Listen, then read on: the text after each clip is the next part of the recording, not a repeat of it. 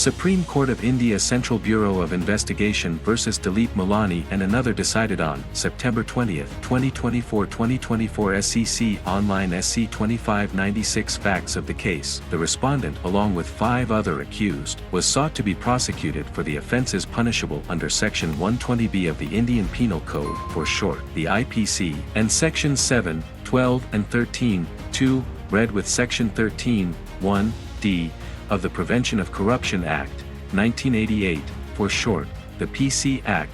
The High Court discharged the respondent by setting aside the order of the learned special judge. Findings of the court: the charge sheet contains no allegation against the respondent to connect him with the payment. The allegations of being part of a criminal conspiracy are made against the respondent.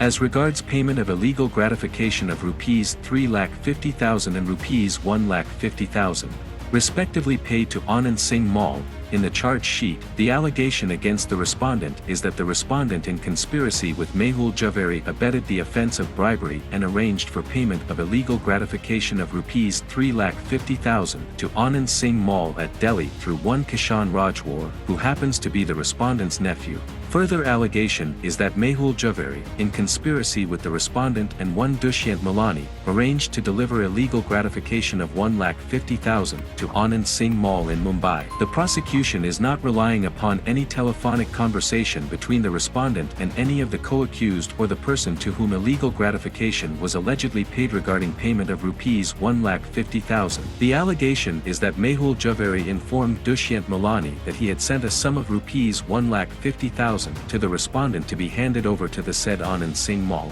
The prosecution is relying upon entries made by Mehul Javeri in his diary. The High Court has observed that in the diary entries made by accused number 1, the word Dilip Bai has been mentioned at the top. Against the entries of the amounts of Rs 3,50,000 and Rs 1,50,000, the letters DM have been mentioned.